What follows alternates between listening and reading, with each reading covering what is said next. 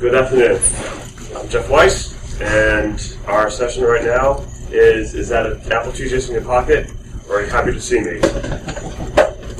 Originally, the concept was going to be in the home screen. Right? Was going to do the entire demo off a smaller iOS device. Such this is happening to be an iPod, iPhone.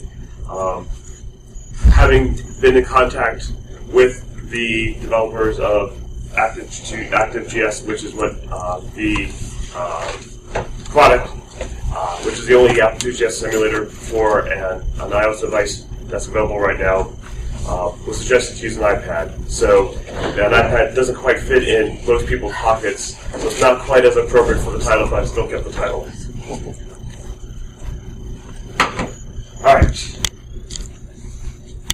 So, ActiveGS. It was originally, get to the side here so I can see the screen as well. Originally based on the KansasFest source code, the KansasFest emulation engine, rather. Among some of the features that I personally like about KansasFest, it has some of the most accurate audio and graphics capability of any Apple IIgs emulator. Also mentioned is also in the last slide. Also mentioned is the most popular emulator, and that wording should be interpreted as the most emulators use the same code base to be available. Not necessarily, since we don't really know the numbers in terms of actual usage of emulators. If Sweet 16 is being used by actively by more people, but at least more emulators are using the KansasFest source base for the emulation environment. We'll do a quick background over ActiveGS, where I'll be highlighting some of the enhancements of ActiveGS, and then we'll go into the iOS-specific product. ActiveGS was initially a ActiveGS control for Windows Internet Explorer. It was also a standalone product as well. It has since evolved to support other web browsers, including Firefox, Chrome, Opera, and Safari for Windows, Mac OS X. For standalone use, it of course can work in Unix environments. I said Solaris Linux, of course. I should include the BSDs as well. But with those environments, you will need to use one.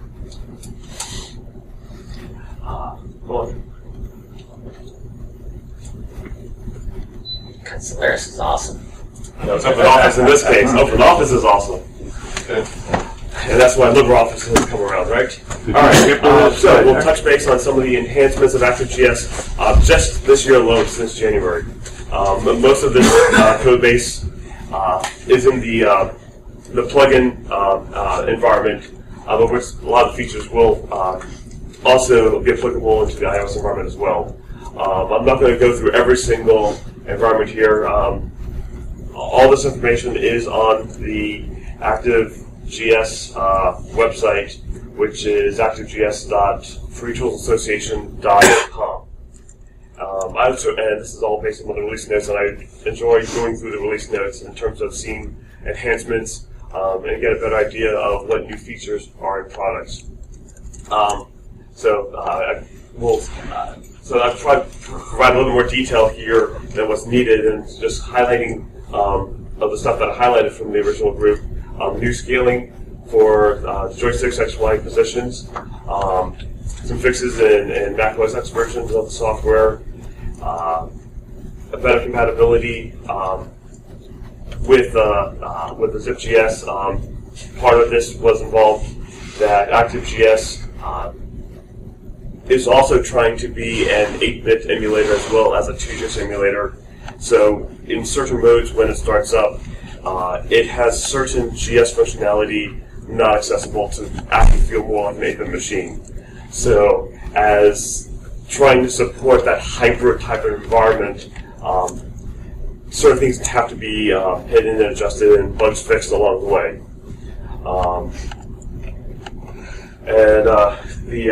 when the folks starting to add support for Opera, Safari, Chrome for more Windows environments.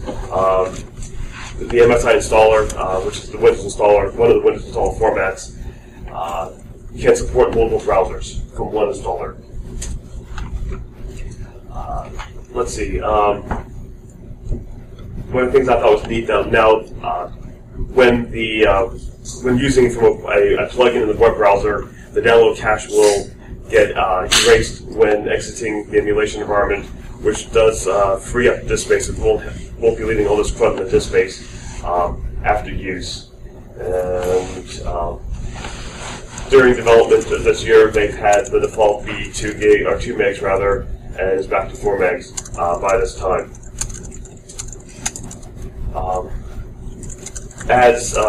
One of the things that I thought was pretty neat was they added a CRT mode, which we'll be seeing as part of the demonstration.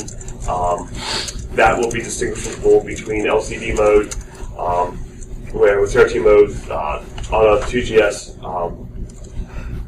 it's because when we look at an RGB monitor, every other scan line is not visible. CRT mode will have will look like that versus if you have a second site display or have a 2GS on a second site.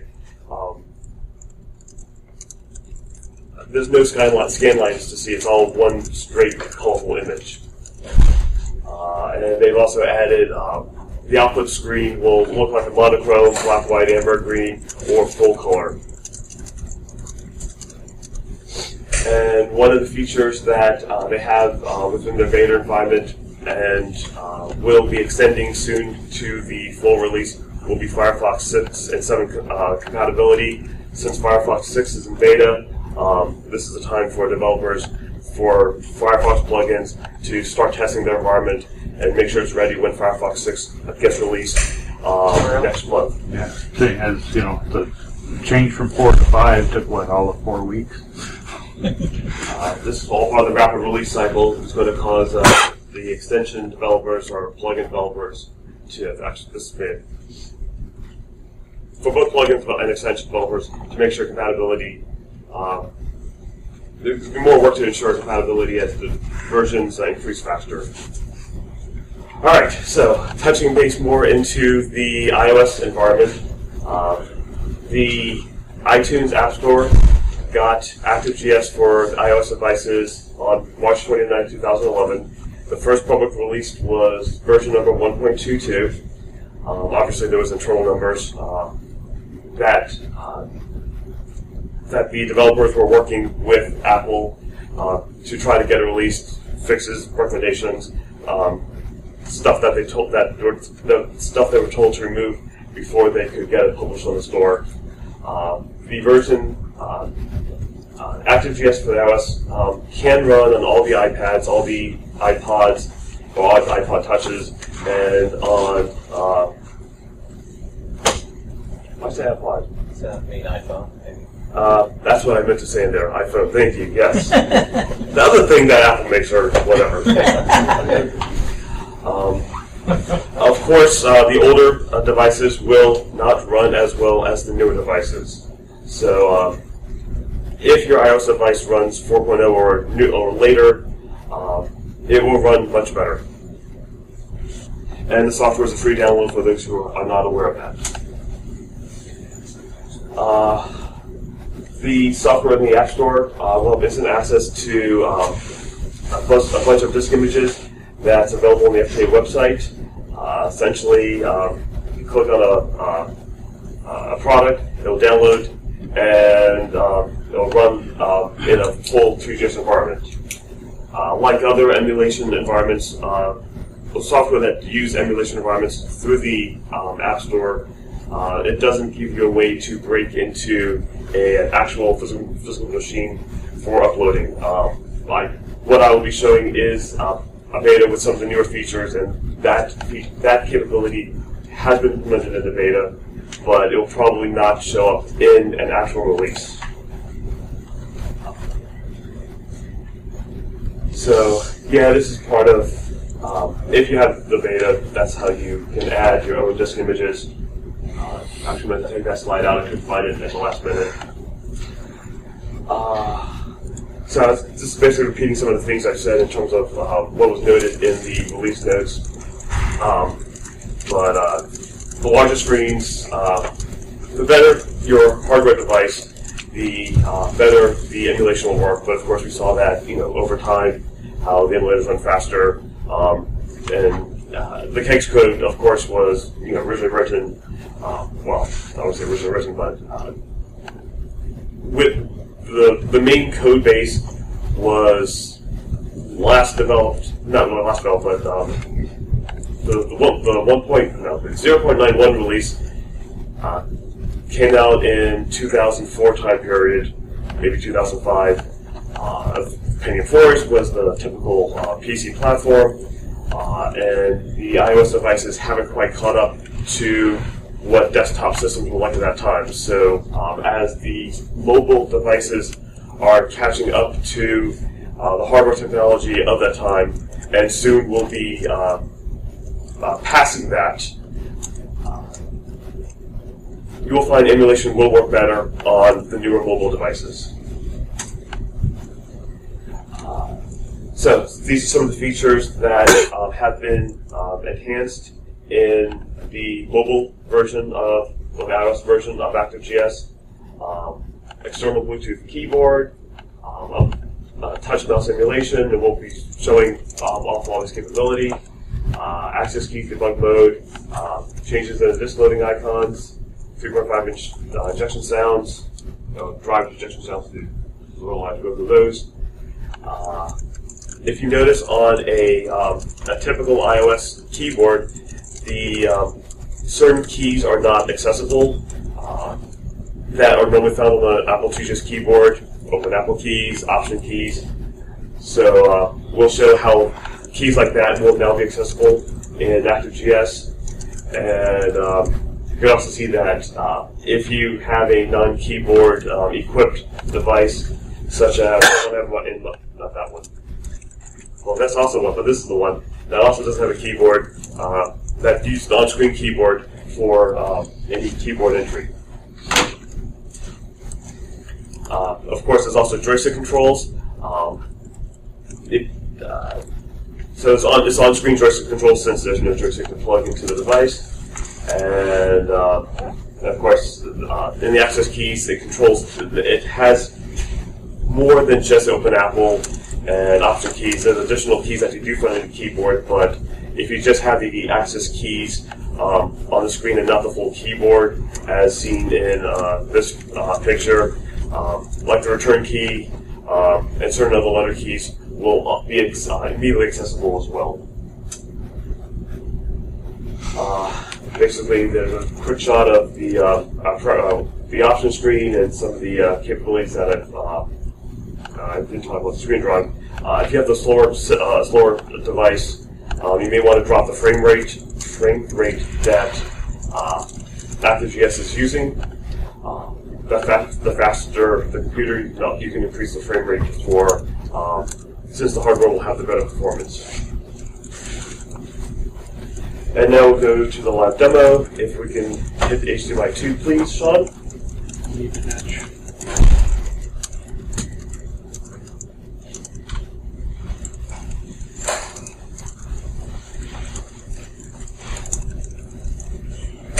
This was a moment ago. Oh, cable, right.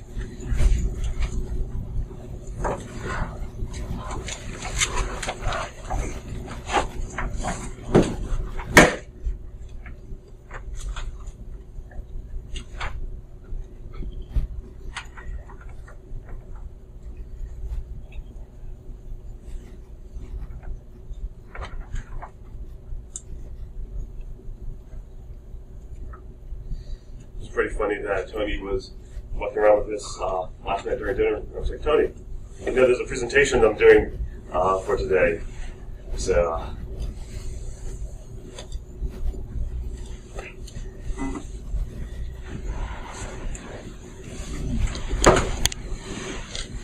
all right.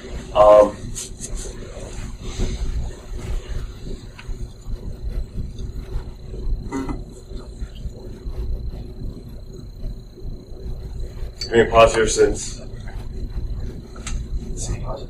No, same pause. I did the pregnant pause since you started driving and going right. So what is Tony going to do, and what can I talk about to fill in? Make a note here that you can see Tony is, well, you may not have immediately noticed, but Tony was using the mouse to control the cursor within the iOS device and not using the finger on the touchpad. And that also worked for controlling all the buttons on the top right. Yeah. Using a Bluetooth mouse or keyboard will give a more what it feels like using the actual 2GS machine, but that's not quite necessary if you just want to walk around with just a single device under your arm or in your pocket. It's a little awkward if you're carrying around an iPhone and a keyboard and a mouse just to do a 2GS simulation. Basically, it works just like the 2GS simulator. Let's go back to the option screen, Tony, and we can see, looking at the LCD CRT mode, right now LCD looks just like virtually any emulator that you normally use. If we switch this to CRT, we now get horizontal scan lines, not quite as impressive on the TV set, but compared to if you're actually looking at the physical device. But you can sort of see that the colors did shift a little bit, and switching to the different monochromatic modes. Why 3? Monitor 3 mode. A monitor 3 mode, right. Yeah, they're on an old Apple IIg monitor as well.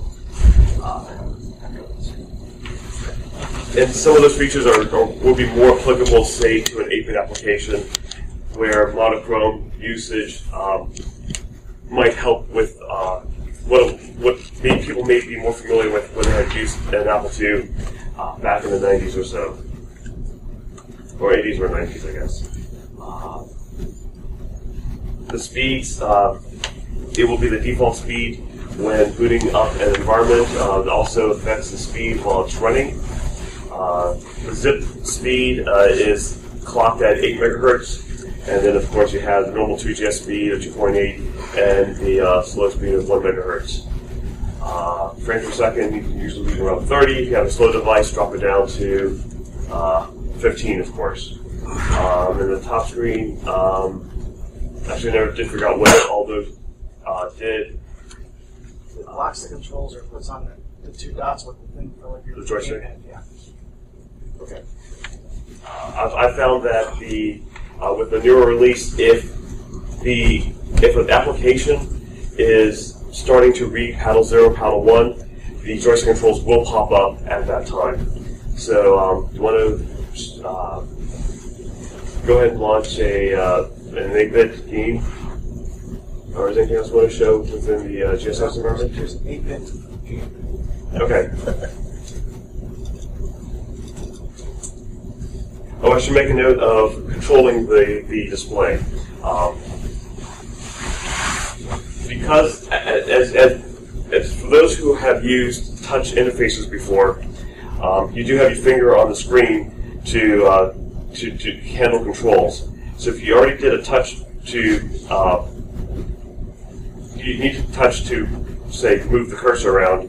But if you do that over an icon, that will not register as a click. So what was done is you have to double-click to register a single mouse click and triple-click to register a double-click,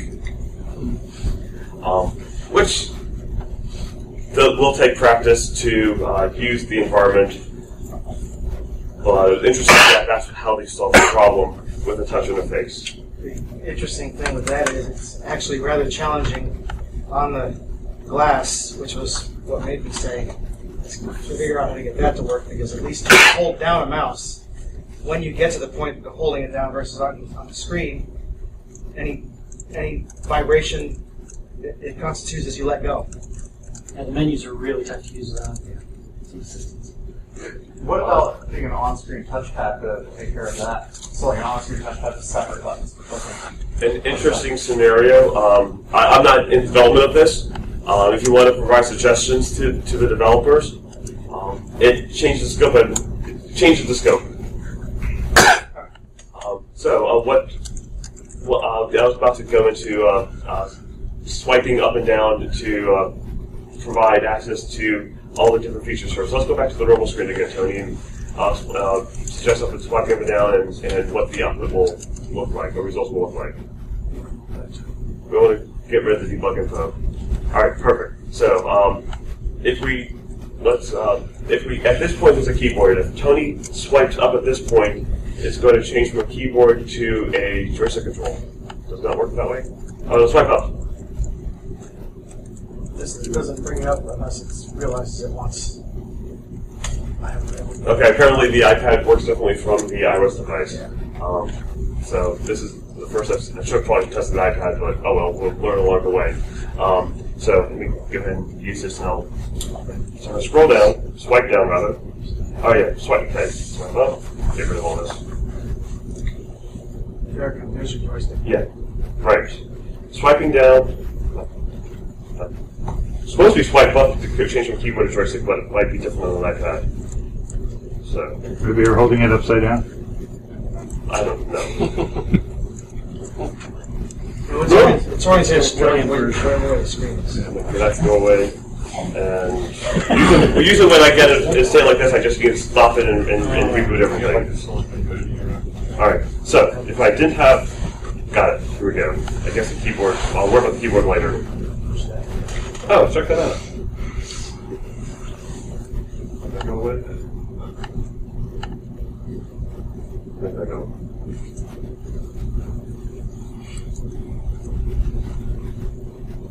Whatever. Yeah, and that's why I don't mess with the screen. I use this to snap. So it's hard to tell, but you can see the it's not called title bar. I forget the iOS terminology, but you can see the black bar on the top. No, it doesn't. That's the border. All right. So apparently with the way this works, so you have the keyboard there. If I do a swipe down, we now see the title bar with the option button and the browse button. If we press the browse button, we can now browse through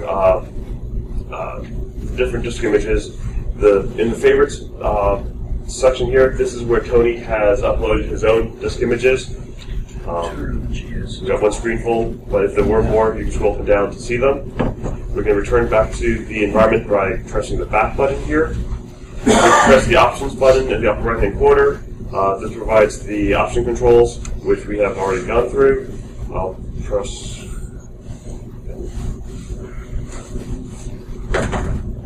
that button down there. Press done to make that go away.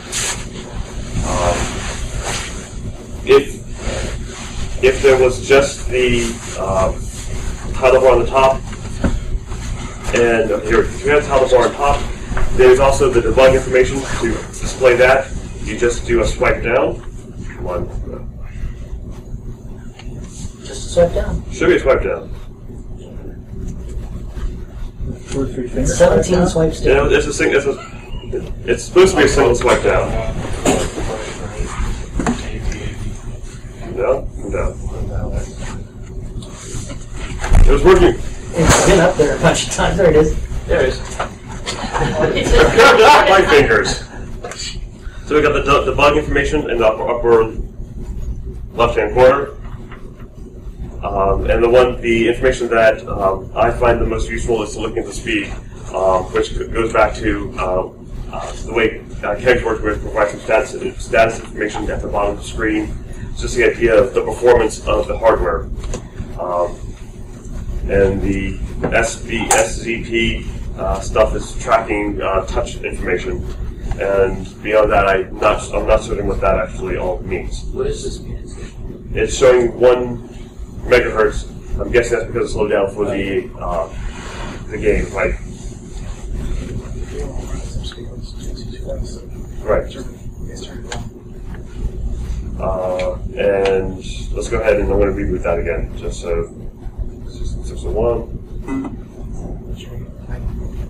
Yeah, right. I'll make sure the speed, if I go away, speed, we'll think it's zip speed, so it goes faster.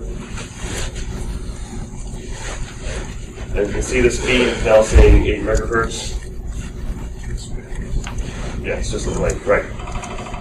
So you can see you're trying to access hard disks instead of making the 5 1/4 inch disk sounds. It also makes the disk sound. Let's see what else. Empty trash sound? Any empty trash sounds is something that the Finder does. That's not something that ActiveGS. That just sound was not a GSOS sound. That was ActiveGS pretending to be a real 5 1/4 inch drive, as if you had no disk in the drive, and came back with that the seeking of the head. Let's see. Discovery ones. Right. Go back to that. All right. So I'm going to go back to the access keys. So the access keys. Usually I just swipe up the access keys. And that's not doing that. So I'm going to press that button, and this will go away.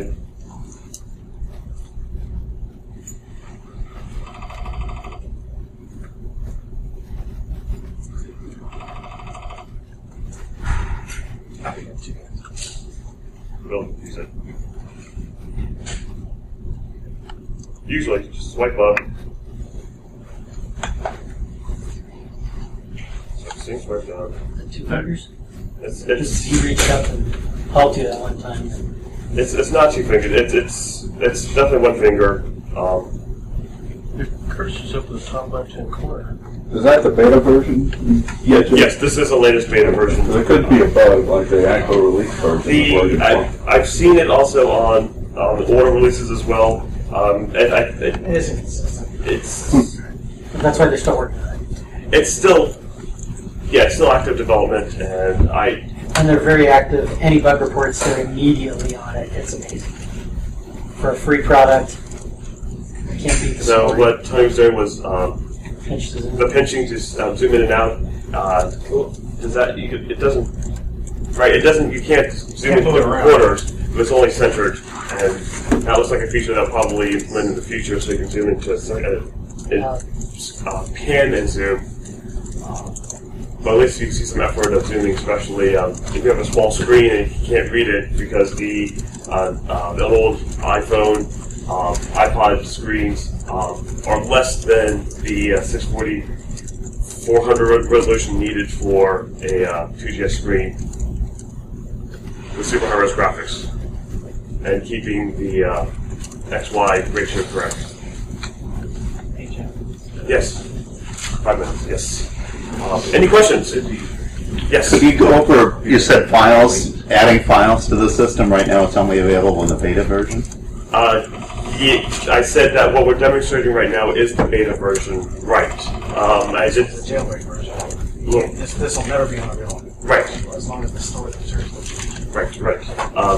The short answer, I said, in the beta there's more features enabled that will probably never show up when stuff gets released. And that's because of the Apple Store and its That's Apple Store restrictions. policies. I did make sure that before I talked about this, I said, is all this information open? And the answer was yes, I talked about all this. I did not get any reply if I can post how to get betas, and so at this point, I'm assuming that because that was not mentioned, I can't. This is what you get in the App Store. Right. And there are some creative ways you can get things underneath it. Phone disk, you can go in there and change the playlist and add your stuff to it. And hint, it works better from a Macintosh than a PC. When it originally got posted to the Apple Store, it actually still had the GSOS system hard drive in it. All you had to do was go back and add it. I think the one I had, you can break that to Yeah, you can get it in there. It wasn't hard to get it in the basement. Okay, I wasn't aware of that. So, important that you have passed that processor. The sound will sound great if you have a slow device. The sound will sound choppy. Thank you, Tony, for putting that up. With the access keys, you can scroll the access keys left and right. Got the access keys to come back up again. So if you scroll left and right, you see more of the access keys. Does it do that? Then you just scroll in the that can. All right. So yeah, if you touch into the spaces in the middle of the keys, You can scroll the keys left and right. Obviously, you can see the tab controls, keys that you don't normally see on an iOS device. A few extra letters like J, K, return are there for like Apple, the old 8-bit games where you can press J for joystick, K for keyboard. Instead of having the full keyboard for those games, you just have the access keys, the joystick, and you can play the games without popping the keyboards, popping them down again, and whatnot. Any other questions?